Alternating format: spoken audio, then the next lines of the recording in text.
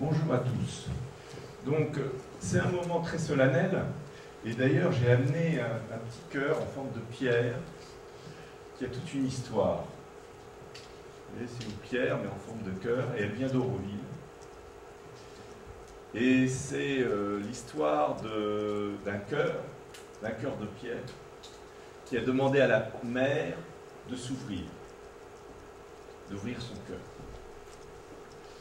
Et on me l'a donné, et je me suis dit que c'était la bonne pierre pour fonder aujourd'hui l'université intégrale. Et si je fonde cette université intégrale en posant cette pierre à cet endroit, dans le 6e arrondissement, je suis ému, car dans l'université, il y a univers. Il y a cité d'univers. Et l'université, c'est l'endroit où se construit notre représentation de l'univers. Quand vous réfléchissez à ce que c'est qu'une université, c'est à chaque époque l'endroit où s'est construit la représentation du monde qui domine à un moment donné l'esprit des hommes. Et aujourd'hui, ce qu'on est en train de faire, c'est un moment tout à fait important et symbolique qui n'arrive que très rarement finalement dans l'histoire de l'humanité. C'est un moment où on refonde toute la pensée humaine sur des nouvelles bases. Il n'y a eu que quelques grands moments dans toute l'histoire de l'humanité où cela s'est fait. Si j'essaye de les remémorer, il y a le moment majeur qui s'est d'ailleurs dilué sur un temps très très long, du passage d'une vision animiste du monde à la construction des grandes religions qui ont fondé l'ensemble des civilisations qu'on retrouve sur ce globe et dont nous sommes les enfants. Il y a eu un deuxième grand moment, et où je dois dire ce quartier, cet endroit, a été la scène.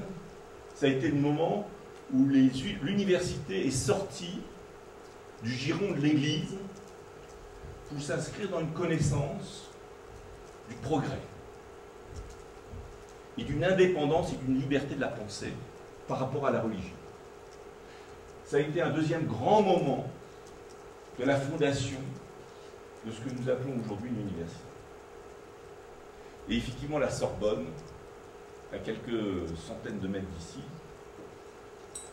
est une des premières grandes universités à être créée comme ça dans le monde, sur les bases d'une pensée indépendante des religions. Et à ce moment-là se fonde la notion de progrès et de modernité. C'est aussi finalement dans cette université qu'une série de grands penseurs qui aujourd'hui marquent l'ensemble de la planète vont déconstruire la modernité.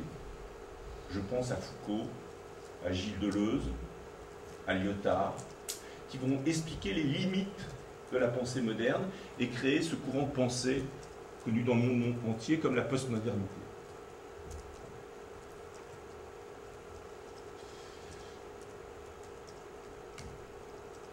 Et sur cet espace blanc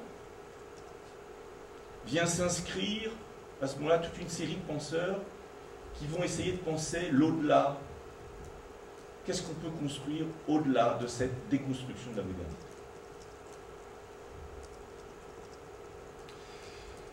Alors ce courant de pensée, la pensée intégrale, on pourrait dire, et d'ailleurs certains penseurs l'ont glissé dans leur titre, que c'est la pensée par excellence du tout.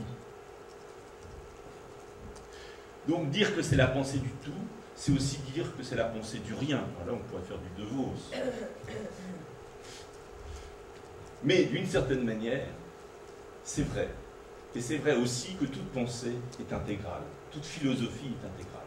Car quand vous reprenez l'histoire de la philosophie, qu'est-ce qu'a essayé de faire tout au long de son histoire la philosophie, sinon de petit à petit intégrer des contradictions, des morceaux de problématiques disjoints, et d'essayer de les comprendre dans l'unité. Mais malgré cet effort de la philosophie, de construire le tout, de penser la totalité, qui a toujours été l'ambition de la philosophie, on voit, pour des raisons souvent de distance géographique tout simplement, une pensée orientale qui se développe de manière fort indépendante de la pensée occidentale, et la pensée occidentale qui se défend fort indépendante de la pensée orientale. Et ce n'est qu'au début du siècle qu'on voit certains penseurs tout à fait exceptionnels, hors du commun, capables à la fois de comprendre l'ensemble de l'héritage occidental, mais aussi asiatique, et d'essayer de tisser des ponts entre eux. Il y a un que vous connaissez tous, c'est Teilhard de Chardin. C'est un occidental qui va s'ouvrir à l'Orient. Et vous allez avoir en miroir, à peu près à la même époque, un oriental qui s'ouvre à l'Occident, c'est Sri Aurobindo. Les deux œuvres sont considérables et inconnues l'une à l'autre, puisque, comme vous le savez, Teilhard de Chardin va être interdit par sa propre Église à publier, et les textes de Teilhard de Chardin ne seront publiés qu'à sa mort par sa famille, qui, elle, n'a pas fait vœu d'obéissance à l'Église. Donc, Sri Aurobindo, qui écrit à la même époque, n'a pas lu Teilhard de Chardin. Pourtant, c'est remarquablement, ces deux pensées s'appellent, se rappellent et se renvoient l'un à l'autre d'une manière remarquable. Dans les deux cas, et c'est une manière d'introduire le concept d'intégrale, elles sont des tentatives de penser à la fois la pensée orientale, l'héritage oriental, mais aussi l'héritage de l'Occident.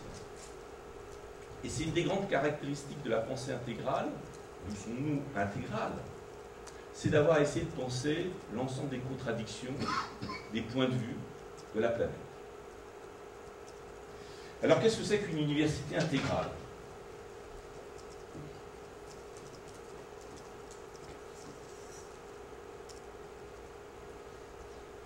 Pourquoi une université intégrale? Pourquoi avons-nous besoin d'une université intégrale? La première raison fondamentale, que dès le début du siècle précédent, dès 1910, Sri Aurobindo évoque, Teilhard de Chardin l'évoque aussi d'une manière extraordinaire, visionnaire, c'est que l'humanité est rentrée dans une phase de transformation extrêmement rapide. Donc vous regardez effectivement, sur 3 millions d'années, j'étais au musée de préhistoire de Saint-Germain-en-Laye hier, avant-hier, sur 3 millions d'années, une grande partie de notre histoire s'est construite dans les 3 dernières milliers d'années. Et dans ce dernier siècle, on est passé d'1 milliard d'êtres humains à 6 milliards d'êtres humains, avec une accélération de la connaissance, de ce que Teilhard de Chardin appelle la noosphère, qui est extraordinaire. La capacité de pensée de l'homme, la croissance des connaissances, est aujourd'hui exponentielle.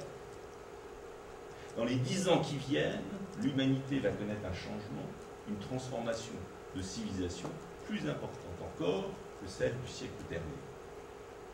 Donc il nous faut une nouvelle manière de penser, il nous faut une nouvelle capacité de penser ce monde qui vient. Et l'ambition de l'approche intégrale, ça a été de se positionner dès l'origine dans ce futur, que ce soit Teilhard de Chardin à travers la pensée de la noosphère, qui est extraordinairement visionnaire. On pense à ce qui s'est passé ultérieurement avec Internet. Ou que ça sera avec Sri Aurobindo, qui, dès le début du siècle, explique que l'humanité va basculer dans un nouvel état de la conscience, qui transforme complètement notre relation à l'univers lui-même. Donc fonder l'université intégrale aujourd'hui, ce n'est pas une nécessité parisienne, ce n'est pas une nécessité française, c'est une nécessité planétaire. Et ce qu'on est en train de faire tous ensemble, j'ai eu hier nos amis d'Euroville, il y a un institut intégral à San Francisco, il y a actuellement des milliers de chercheurs qui travaillent dans cette nouvelle mode de pensée en créant des réseaux. Ce que nous sommes en train de faire, c'est de fonder cette nouvelle civilisation. Rien d'autre que ça. Et cette université intégrale doit être le lieu de la recherche, de l'enseignement, de cette refondation nécessaire des civilisations aujourd'hui. Ça implique des moyens considérables. Et cette université, bien évidemment, se fera, je dirais, et nous dépasse largement chacun dans notre destin individuel. C'est un devenir inscrit dans l'humanité, dans son devenir, de la manière qu'un adolescent est appelé à devenir adulte, l'humanité est appelée à se révéler et révéler sa conscience dans cette pensée intégrale, dans cette approche intégrale, dans cette conscience intégrale. Donc, premier aspect, lien entre les capacités à englober l'Orient et l'Occident. Autre aspect, et c'est pour ça que j'ai dit pensée, mais aussi conscience intégrale, il y a dans l'approche intégrale la volonté, et dès l'origine, dès il y a un siècle, à travers des mots de son époque, Sri Aurobindo parle de supramental. Il date même le moment où l'humanité va basculer dans le supramental. C'est un terme, évidemment, supramental qui paraît un peu ridicule aujourd'hui, parce que c'est les termes de son temps. Pourtant, regardez ce qui s'est passé dans l'évolution de la pensée.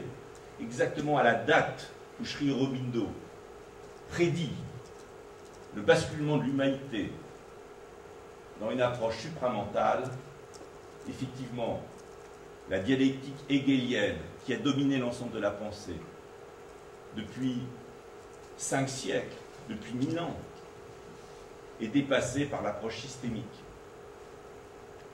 Et l'approche systémique vient fonder le début d'une fantastique aventure qui mène l'homme au-delà de la rationalité classique, qui l'ouvre à l'émergence de l'altérité.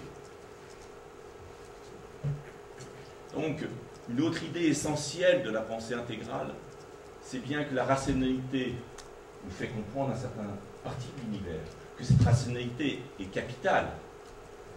Il faut ouvrir aussi notre cœur, Pascal le disait, science sans conscience n'est que ruine que l'âme, et notre inspiration pour nous ouvrir aux véritables dimensions de la réalité qui, elle, n'est pas que rationnelle. Donc, il y a cette deuxième grande idée qui fonde une université intégrale et qu'explore Auroville maintenant depuis plus de 50 ans, qui est d'une éducation qui n'est pas simplement une éducation du mental, mais aussi une éducation du cœur, une éducation de l'art, et aussi une éducation spirituelle, une éducation de l'inspiration, de l'éveil. Parce que nous sommes chacun de nous appelés non pas à rationaliser, non pas simplement à être envahis par nos émotions. Nous sommes appelés chacun de nous à devenir des êtres inspirés, porteurs du destin et du devenir cosmique. Nous sommes chacun des graines du cosmos à venir. Donc cette idée d'une éducation globale qui éveille l'être, à la fois dans sa dimension rationnelle, mais aussi dans sa dimension émotionnelle et dans sa dimension inspirationnelle, c'est une des grandes idées de l'université intégrale. Et c'est une grande idée qui fondera la civilisation du futur et qui sans doute, fera apparaître la civilisation industrielle comme une civilisation finalement relativement brutale, barbare, qui manquait de cœur, qui manquait de sens. Et l'égoïsme qui a dominé cette ère apparaîtra à ce jour-là comme quelque chose de dépassé, comme aujourd'hui les épées qui dominaient l'ère agraire nous apparaissent des outils bien utiles. Voilà, je ne rentrerai pas dans les sujets, puisque on va en parler des sujets. C'est la grande thématique de ce matin, c'est l'université intégrale et qu'est-ce que c'est que la pensée intégrale. Les sujets, les grandes thématiques, on va les traiter cet après-midi. C'est peut-être l'occasion de présenter un peu la journée. Ce matin, logiquement, on va parler, et j'ai commencé à le faire, de l'université intégrale, mais au fond, qu'est-ce que c'est que la pensée intégrale? Et j'ai demandé à 3 personnalités majeures en France de cette réflexion sur la pensée intégrale de témoigner de leur propre cheminement dans cette réflexion sur ce qu'est la pensée intégrale. Après, cet après-midi, on va aborder les grandes thématiques de cette pensée intégrale. Et on verra aussi, avec vous, avec votre aide, les lieux, car cette pensée intégrale, elle s'incarne déjà, ce n'est pas simplement une philosophie, c'est aussi une ville tout entière, comme Auroville. C'est aussi une université à San Francisco qui reçoit chaque année plus de 1000 étudiants. C'est aussi des éco-villages en Angleterre qu'on va aller visiter, qu'on va aller explorer. Et cette université, évidemment, sa fonction, c'est d'aller explorer ces lieux, de mieux les comprendre, de faire ce que fait une université, c'est tout ce travail de recherche, de documentation, de fédération, de lien entre toutes ces expériences, pour en comprendre la teneur, les caractéristiques. Et j'aimerais rappeler aussi une autre dimension qui existait déjà et que nous a amené l'université dans sa forme moderne, c'est aussi un espace critique. Ça serait une régression terrible si au nom de la pensée intégrale, on devenait des gens sans